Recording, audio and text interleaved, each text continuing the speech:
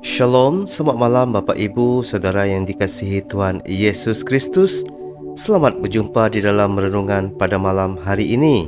Salam sejahtera buat saudara dimanapun saudara berada. Damai dan sukacita oleh Roh Kudus melimpah senantiasa di dalam hati dan kehidupan saudara semua.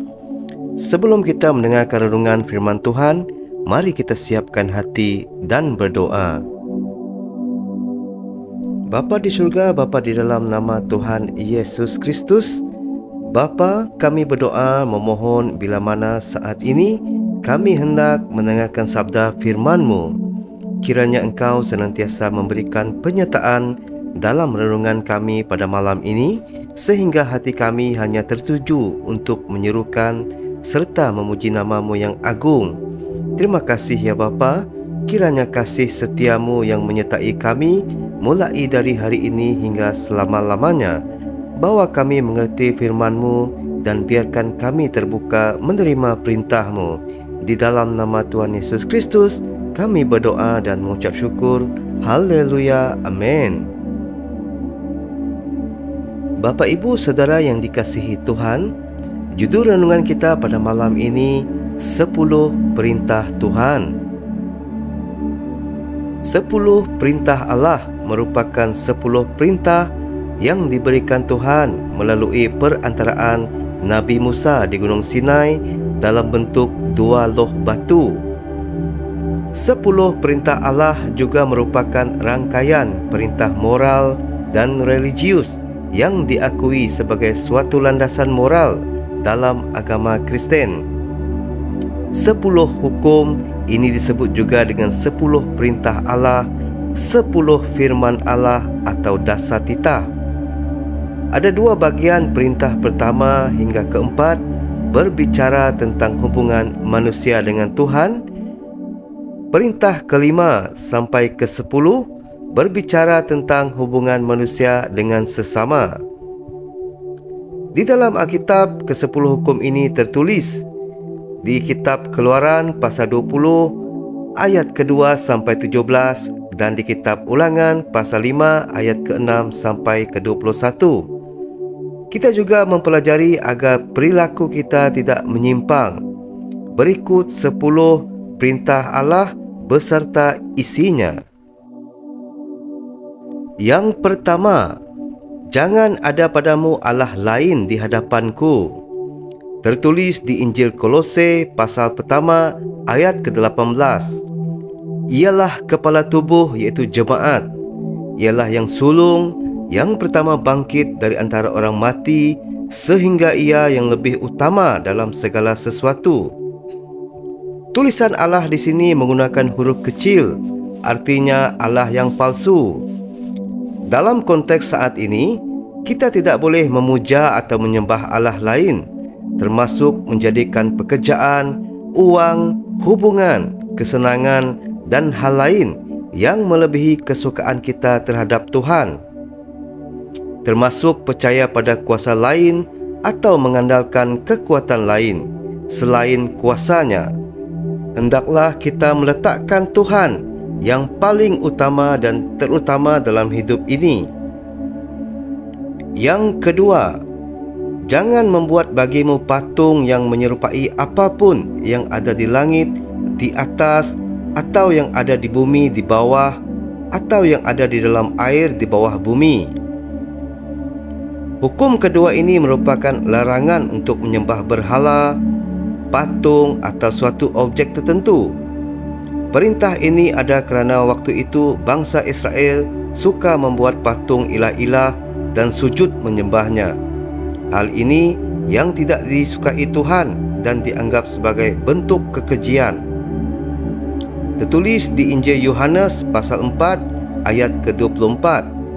Allah itu roh dan barang siapa menyembah dia harus menyembahnya dalam roh dan kebenaran. Tuhan adalah Allah pencemburu.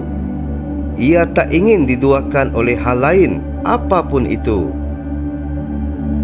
Yang ketiga, jangan menyebut nama Tuhan Allahmu dengan sembarangan, sebab Tuhan akan memandang bersalah orang yang menyebut namanya dengan sembarangan.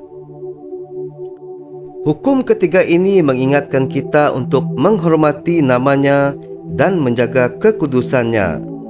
Dalam hal ini, Tuhan tidak berkenan apabila namanya disebut untuk mendukung perbuatan atau pemikiran kita yang menyimpang dari kehendaknya. Sebagai umat Kristen, hati-hati dalam penyebutan nama Tuhan. Sebutlah nama Tuhan dalam doa, bukan sebagai hal yang menguntungkan atau mendukung kepentinganmu sendiri. Bapa, Ibu, Saudara yang dikasihi Tuhan, yang keempat, ingatlah dan kuduskanlah hari Sabat. Tertulis di kitab Imamat pasal 23 ayat pertama sampai ketiga. Tuhan berfirman kepada Musa, "Berbicaralah kepada orang Israel dan katakan kepada mereka, hari-hari raya yang ditetapkan Tuhan yang harus kamu maklumkan sebagai waktu pertemuan kudus.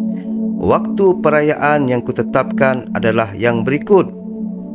6 hari lamanya boleh dilakukan pekerjaan, tetapi pada hari yang ketujuh haruslah ada Sabat, hari perhentian penuh, yakni hari pertemuan kudus. Janganlah kamu melakukan sesuatu pekerjaan. Itulah Sabat bagi Tuhan di segala tempat kediamanmu." Apa yang dimaksudkan dengan hari Sabat?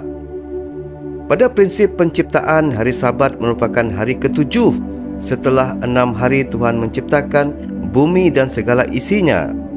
Disitulah waktu bagi Tuhan beristirahat. Bagi kita, waktu ini bukan sekadar beristirahat dari aktivitas, melainkan waktu untuk beribadah kepada Tuhan. Tepatnya, hari Sabat merupakan waktu yang kita sediakan khusus untuk Tuhan. Yang kelima, hormatilah ayahmu dan ibumu, supaya lanjut umurmu di tanah yang diberikan Tuhan Allahmu kepadamu. Kita diajarkan untuk menghormati orang tua. Orang tua merupakan utusan Tuhan untuk memelihara kita di dunia ini. Maka dari itu, menghormati mereka merupakan bagian dari penyembahan terhadap Tuhan. Yang keenam, jangan membunuh. Manusia merupakan ciptaan Allah yang paling mulia. Manusia diciptakan segambar dan serupa dengan Allah. Itulah sebabnya kita tidak boleh merencanakan apa yang jahat bagi orang lain, kerana Tuhan sendiri tidak pernah merencanakan kecelakaan dalam hidup kita. Sebagai umat Kristen, hendaknya kita saling menghormati, menghargai dan mengasihi sesama. Segala bentuk rencana perbuatan jahat bukan merupakan hal yang baik. Bapa, Ibu, Saudara yang dikasihi Tuhan, yang ketujuh, jangan berzina. Di Injil Matius pasal 5 ayat ke-27 sampai ke-28. Kamu telah mendengar firman, jangan berzina. Tetapi aku berkata kepadamu, setiap orang yang memandang perempuan serta menginginkannya sudah berzina dengan dia di dalam hatinya. Hukum ini menjelaskan larangan untuk berbuat hubungan seksual dengan siapapun yang bukan pasangannya. Bukan sekadar itu saja, seseorang yang mengingini orang lain yang bukan pasangannya juga termasuk perbuatan zina secara pikiran dan hati. Di sisi lain, hukum ini juga mengajarkan kita untuk menjaga kekudusan dan menjauhi hal-hal yang dibenci Tuhan. Pada dasarnya, tubuh kita adalah bait Allah yang harus dijaga sebaik mungkin. Yang kedelapan, jangan mencuri. Hukum ini mengajarkan manusia untuk menghormati apa yang menjadi milik sendiri dan orang lain. Hargailah apa yang menjadi milik orang lain. Jangan mengingini apa yang orang lain miliki, apalagi mengambilnya. Lebih baik kita bersyukur dengan apa yang ada. Tuhan akan selalu mencukupkan hidup umat-Nya, sehingga kita pun harus bersyukur dan tidak membandingkan diri dengan orang lain.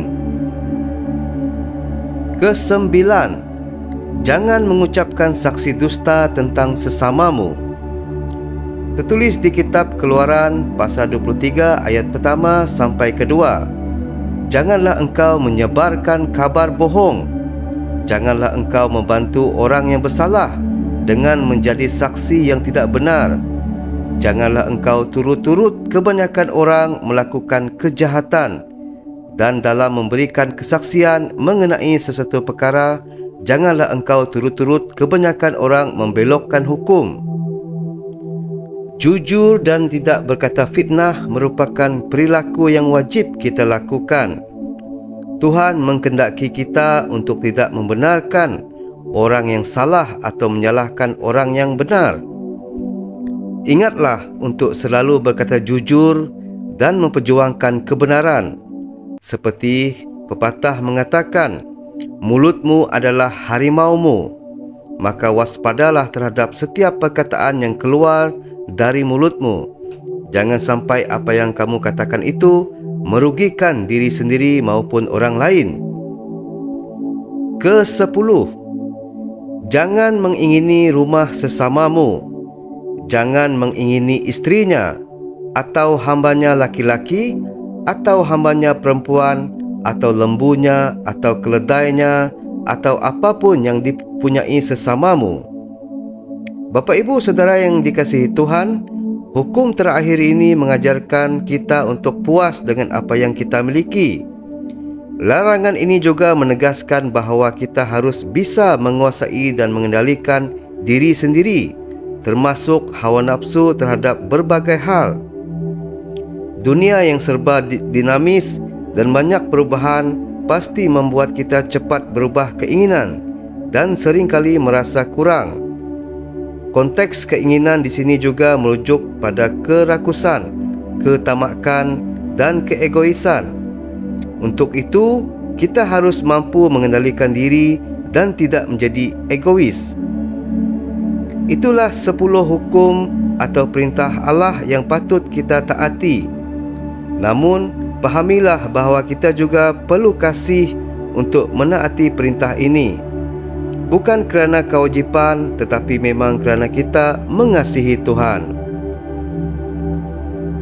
Bapa Ibu Saudara yang dikasihi Tuhan, demikian 10 perintah Tuhan yang harus kita taati setiap hari sepanjang kehidupan kita.